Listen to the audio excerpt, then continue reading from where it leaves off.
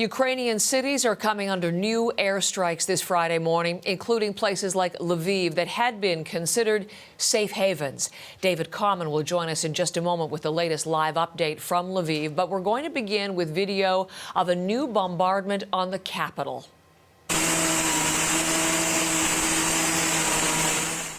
This video into us from Ukraine's emergency service. Officials say parts of a downed Russian missile hit a low-rise apartment, sparking a fire. The mayor of Kyiv, Vitaly Klitschko, says 19 people are hurt, 4 of them children. He adds a school and a kindergarten are also damaged. U.S. and British military officials say Russian forces have been intensifying their bombardments of civilian areas because their attempts to surround and capture cities is stalled. We're also getting new images this morning from Mariupol.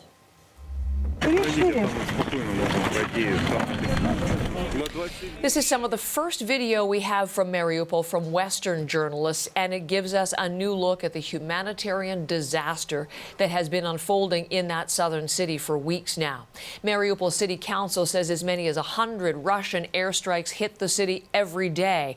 2 of those bombardments have made headlines. The strike on the bomb shelter, where women and children were hiding in the basement of a theater, and the attack that destroyed a maternity and children's hospital earlier in the war. As you can see, the destruction is much wider. It's left much of the city in ruins. Mariupol Council estimates that 80% of the city's homes are destroyed, and a third of them too badly damaged to be repaired. Power is out, food supplies are dwindling, and there is no water. Now, some accounts say people trapped in the city are reduced to melting snow to drink.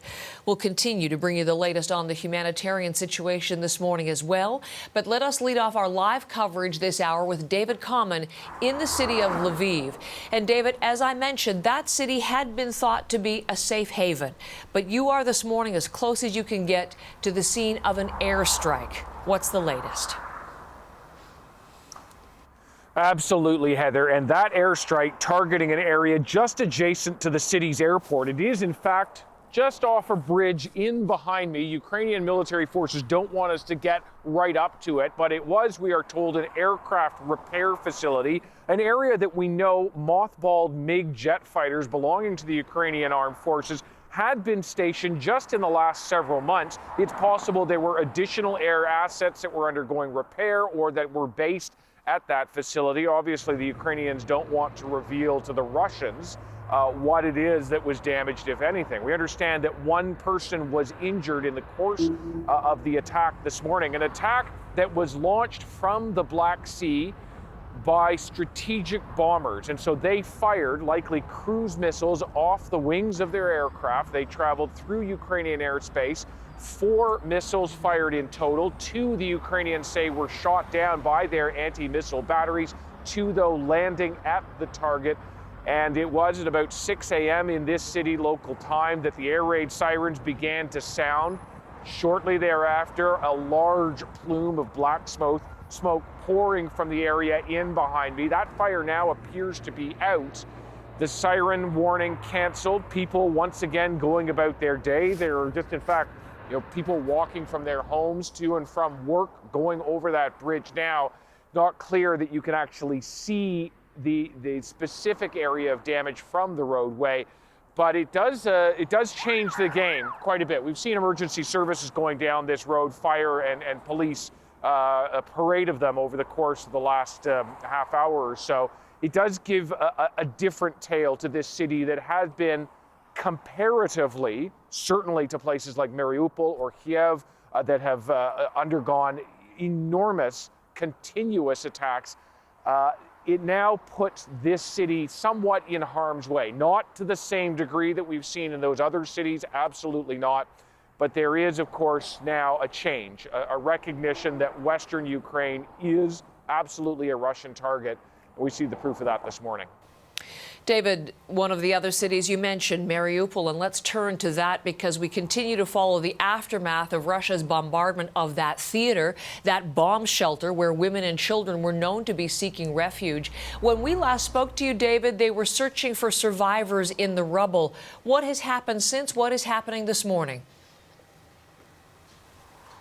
So from our understanding, they've been able to get 130 people out of the substructure, the basement area underneath the rubble of that building, struck by apparently a Russian airstrike. The Russians do deny that they struck the theater or that they're attacking cities at all.